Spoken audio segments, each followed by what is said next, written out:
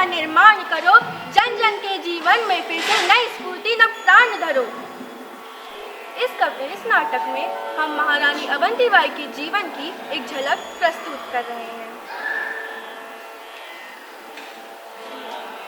रुको, ये British area है, किसी भी प्रतिरोध का तुरंत और कठोर परिणाम भुगतना होगा। अरे परंतु यह तो हमारी जमीन है, हमारा घर है, तुम ऐसा कैसे कर सकती हो? चुप रहो, अपने आप पे ब्रिटिश का रूल चलेगा। रुको, तुम्हें क्या लगा कि तुम हमारी जमीन जीत गए? लेकिन नहीं, तुम गलत हो। मेरे राज के लोग तुम्हारे अत्याचार के आगे नहीं झुकेंगे। हम लड़ेंगे, अपनी आजादी के लिए लड़ेंगे। आजादी? तुम आजादी की बात तब कर रही हो जब तुम हमारे अंडर में हो। मूर्ख औरत, हमारी सेना के सामने तुम कुछ भी नहीं। हम देखेंगे, मैं और मेरे लोग अपनी जान देकर भी अपनी जमीन की रक्षा करेंगे। तुम्हारे पास बंदूकें और तोपें हो सकती हैं, लेकिन हमारे पास अपने हक के लिए लड़ने की इच्छा शक्ति है। ठीक है, तो फिर फाइट के लिए रेडी हो जाओ। अगले दिन ब्रिटिशर पत्र लेकर सभा में उपस्थित होते हैं। महारानी अवंतीबाई, हमारी मैजेस्टी ने आपको एक इम्पोर्टेंट लेटर भेजा है। पढ़िए। हमारी मैजेस्टी चाहती है कि आप हमें अपना राज्य सौंप दें, वरना फाइट के लिए तैयार हो जाइए। हरगिज नहीं। बोलती तो जाके अपनी महारानी को कि हम उन्हें अपना राज्य हरगिज नहीं सौंपेंगे, भले ही फिर हमें युद्ध ही क्यों ना करना पड़े। ठीक है, तो फिर फाइट के लिए रेडी हो जाओ। पत्र की बात जानकर महारानी अवंतीबाई बड़ी चिंतित दिखाई पड़ती हैं। महारानी की जय हो, आप बड़ी चिंतित दिख रही हैं। हमें पता है महामंत्री कि इस समय महाराज के स्वास्थ्य ठीक नहीं है। हम इस विचार में डूबे हुए हैं कि हमें युद्ध करना चाहिए या नहीं। जी महारानी जी, आपको यह युद्ध अवश्य करना चाहिए। अगर आपकी जगह महाराज होते तो वे भी यही करते। ठीक है महामंत्री, युद्ध की घोषणा की जाए। हम आज ही अपने रामगढ़ की सीमा पर युद्ध करेंगे। जी। फिर महारानी अवंतीबाई बिना कुछ सोचे समझे युद्ध की ओर निकल पड़ती हैं।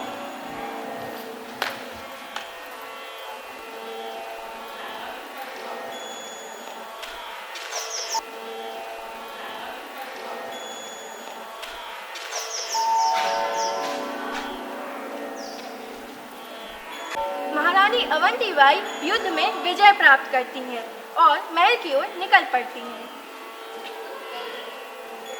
महारानी की जय हो, आप युद्ध जीत गए।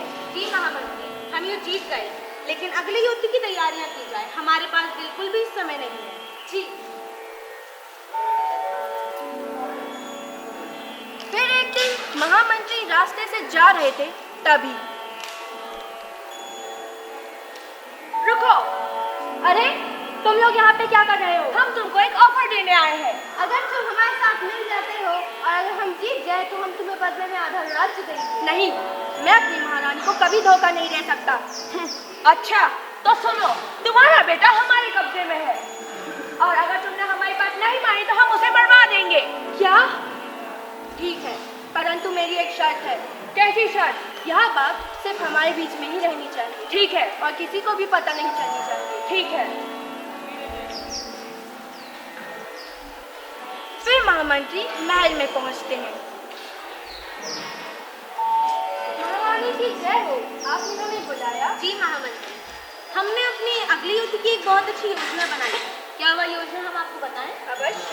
हमारी योजना यह है महामंत्री कि हम अपने गुप्त रास्ते से जाकर पहाड़ी के नीचे छिप जाएंगे और जब अंग्रेज वहां से गुजरेंगे हम उन पर वार कर देंगे। जी महारानी जी, बड़ी उचित योजना है। महामंत्री, तो इस योजना को सारे सैनिकों को बता दी जाए और युद्ध की तैयारियां की जाए। जी।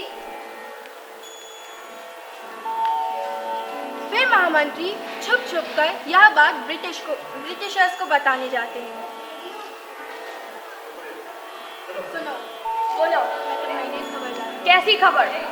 महारानी एक युद्ध की योजना बना रही है। कैसी योजना? महारानी अपने गुप्त रास्ते से होते हुए पहाड़ी के नीचे छुप जाएगी और फिर वहां से तुम पर हमला करेंगे। ठीक है, तुम जाओ। तो क्या सोचा? हम उस गुप्त रास्ते का यूज कर उन पर हमला करेंगे। तुम्हें क्या लगता है ये मंत्री सही बोल रहा होगा? अगर मंत्री झूठ बोल रहा होगा तो हम उसके बेटे को मरवा देंगे। ठीक है। महारानी जी, ब्रिटिशर्स को हमारे अंग्रेजों को हमारे गुप्त रास्ते के बारे में पता चल चुका है। क्या? जी, और वे अभी हमसे युद्ध करने के लिए निकल रहे हैं। महामंत्री, अभी युद्ध की घोषणा की जाए, हम अभी युद्ध करेंगे। जी। फिर महारानी अवंतीबाई अपने अदम्य साहस से युद्ध की ओर निकल पड़ती हैं। यह राज्य हमें देगा अवंतीबाई।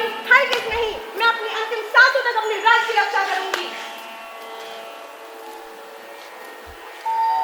महारानी जय हिंद। जंग हो या इश्क हो, तुम डटे रहो मैदान में।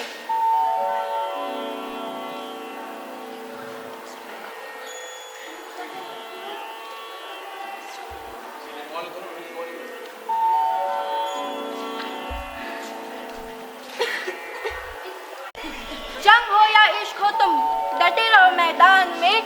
हौसला बनाए रखो एक दूसरे का तूफान में। वीर भूमि के योद्धाओं, बात रखो ये ध्यान में, कभी ना झुके ये सर भले कटे बलिदान में। आपको यह जानकर बड़ा खेद होगा कि महारानी अवंतीबाई वीर गति को प्राप्त हुई। तुमको ये जान के अवंतीबाई हो गई है।